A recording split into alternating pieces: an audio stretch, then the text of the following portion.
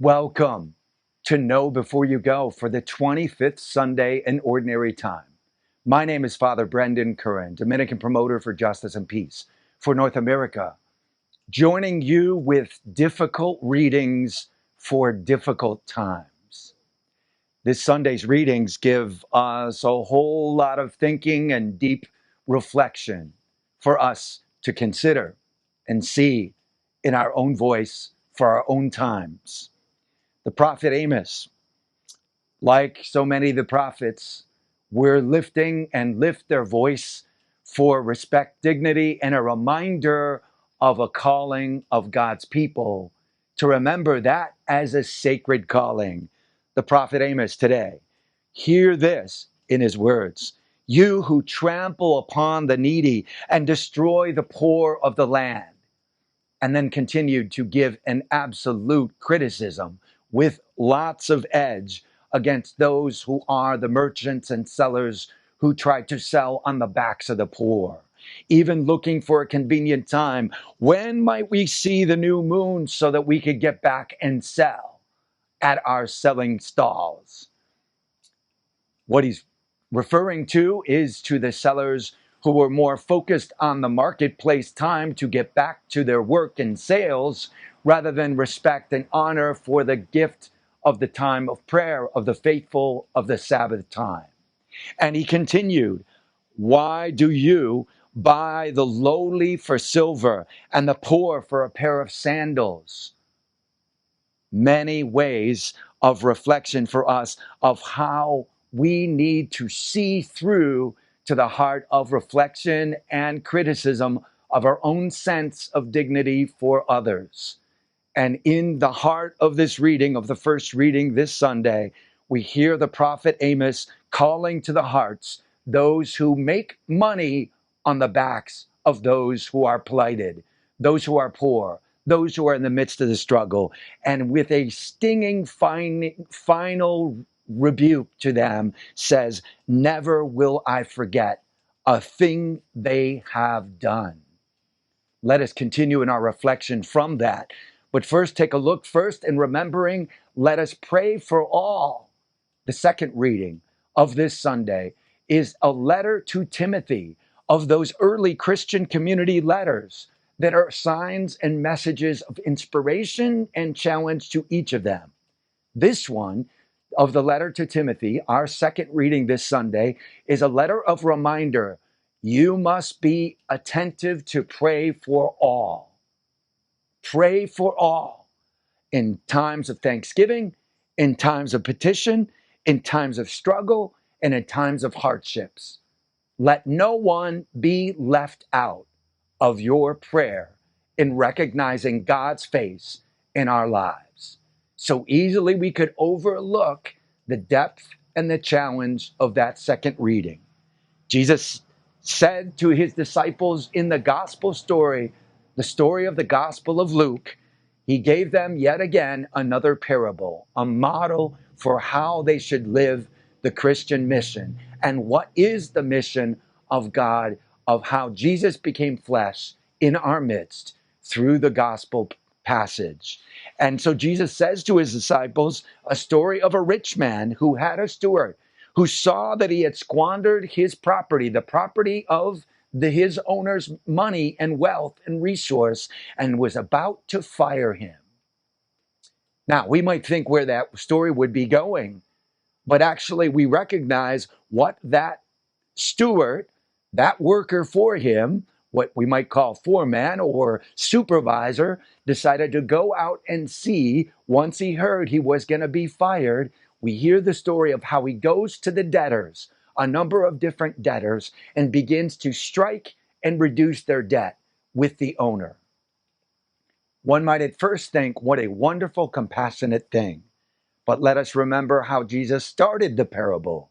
He started the parable of reminding us that this man was about to be fired for squandering the wealth and not living up to the letter of his job.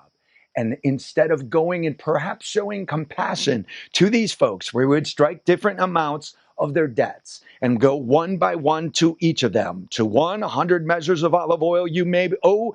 Now, here's a promissory to note, and let's make it 50. To another, what you may owe, well, then strike it and reduce it. He did that to a number of those in debt. And he did it out of revenge. Out of revenge. A absolutely important lesson to us in today's gospel that brings us through this week.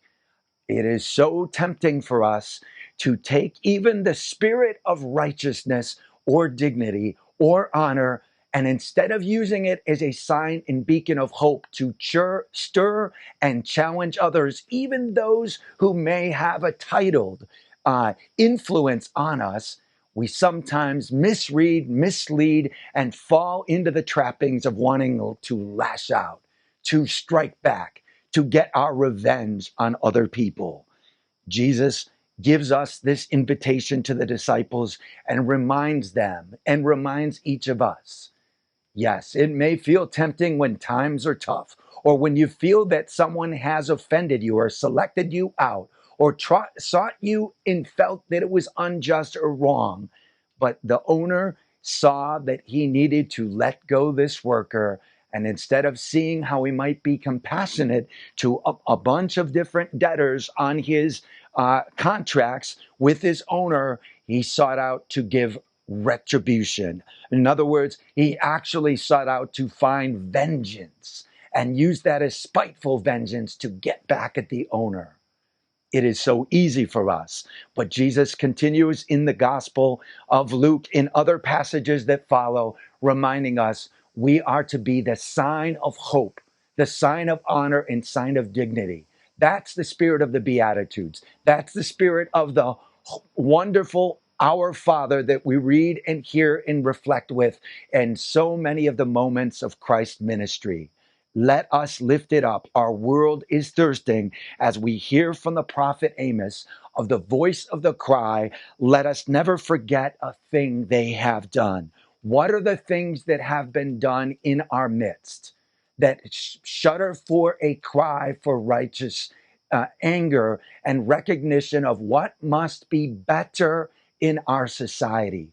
All of these readings from the first reading of Amos, let us never forget those who abuse the people of God, those who abuse those least among us. In the second reading, let us pray always for all people that they may have a place of God, honor in God's world.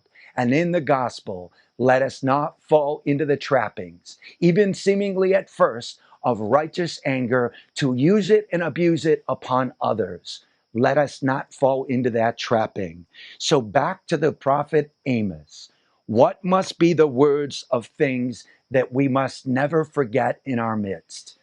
We each are dealing with difficult times. I am speaking to you and sharing with you on the west side of Chicago at our Martin de Porres community. And in these last days, we have been disturbed by the anger of which the prophet Amos speaks to us. They fix their eyes upon and abuse the poor. How have we felt that a stinging abuse be experienced in these days? Well, people out in this experience in these days on the west side of Chicago, it is well known to each of those who hear and reflect with us today that Chicago has been a place in which the federal agents of immigration have been present in aggressive ways these days. I myself have been out in front of the detention center at Broadview, Illinois, and in the midst of praying the rosary, tear gas was lashed out into the crowd of protesters. In the midst of praying the rosary, people were pulled out of the way of people standing and praying with us simply because they were protesters. Not by ICE agents in uniform, not by people with their own name tag on behalf of our federal government, but masked up and covered up in shameful signs against our people, pulled from the street into vehicles and being pulled from our community. That is the experience we have felt. The last 2 weeks, a flower agent at the sign of a bus stop on the side of a road on the southwest side near Midway Airport, was plucked right from the bus stop by people masked, completely covered, into an unmarked vehicle and shuttered away. This is a shameful experience we are seeing. We also recognize a man who had dropped off his kids, 7-year-old and 3-year-old, from his own car, dropping them off at school. And on the way home, immigration agents pulled up next to him and opened fire, killing him in cold blood. This is something we can never forget. Let us also remember just yesterday, as we hear and record this, ICE agents pulled up to a woman who had finished praying at the daily mass of a church on the west side at St. Paul's Church in Pilsen, on the near west side of Chicago. ICE agents, after she got out of mass, surrounded her vehicle outside the entryway to the parking lot and demanded her papers, demanded to know what was her legal status. We must never forget the evil that we are doing to each other. There has to be another way. This week, let us lean on the challenging words of these scriptures to see and recognize the cry of the poor in our midst. God is calling us. Find us a way of hope in the midst of these struggles. Let us be that beacon of hope, even in struggle, for word thirsting for hope in our world.